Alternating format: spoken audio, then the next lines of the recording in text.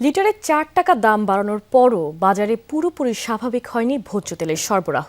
১.৫ সপ্তাহ আগে ভোক্তা পর্যায়ে লিটারে ৪ টাকা দাম বাড়িয়ে দেওয়া হয়, কিন্তু দোকান পর্যায়ে কমে আসে আনুপাতিক মুনাফা। পরিবেশকরা বলছেন এ কারণে পর্যাপ্ত সয়াবিন তেল নিতে চাচ্ছেন না অনেক দোকানে। এদিকে লবণ চিনির পাশাপাশি দাম বাড়ছে হলুদ মরিচের গুঁড়ার দামও। সিলন টি রপ্তানিতে শীর্ষে। গেল ২৯শে এপ্রিল ভোজ্য তেলের দাম বাড়ানোর সিদ্ধান্ত আসে। ধারণা করা হয়েছিল ৩ থেকে ৪ দিনের মধ্যে যোগান স্বাভাবিক হয়ে আসবে, কিন্তু তা হয়নি।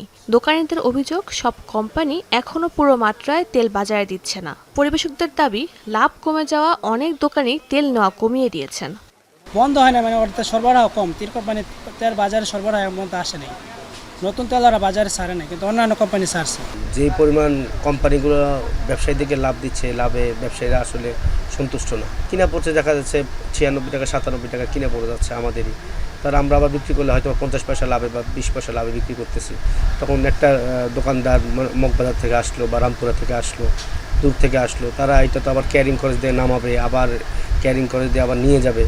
ওইখান পর্যন্ত যাইতে যাইতে তো ৯৮ টাকায় পড়ে গেল। কার কাছে বলবেন সেটা বলার একটা সুযোগটা থাকা লাগবে। লবণ ও চিনির বাজারে উত্তাপ বাড়ছে। হলুদ মরিচের গুঁড়ার দাম বেড়েছে কেজিতে ৪০ থেকে ৫০ টাকা। অন্য মশলার দাম স্থিতিশীল থাকলেও বেড়েছে আলু বোখরা ও এলাচের দাম। আসে তো বাইরের থেকে, ওই পারবে এগুলোর দামটা অতিরিক্ত। যেমন ১ কেজি আলু বোখরা ছিল ৬০০ টাকা, আজকের বাজার ১৩০০ ১৪০০ টাকা। ১ কেজি কাঠবাদাম ছিল ১২০০ টাকা, আজকের বাজার ধরেন খুচরা বাজার ১৪০০ টাকা। কোম্পানি চাকরি করে ৪০-৫০ হাজার টাকা চাকরি করে, তার জন্য বাসা ভাড়া দেওয়া, ছেলে মেয়েদের লেখাপড়া করা এবং বাজারের জিনিসপত্র অনেক ঊর্ধ্বগতি, তার জন্য কষ্ট হচ্ছে।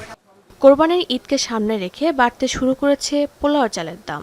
দাম কেন বাড়ছে সেটা বলতে পারেন। আগে এক কোম্পানির পোলা চালের খুচরা মূল্য ছিল ১৭৫ টাকা, এখন করছে আপনার ১৯০ টাকা। শাজদিন অন্তরা, যমুনা নিউজ, ঢাকা।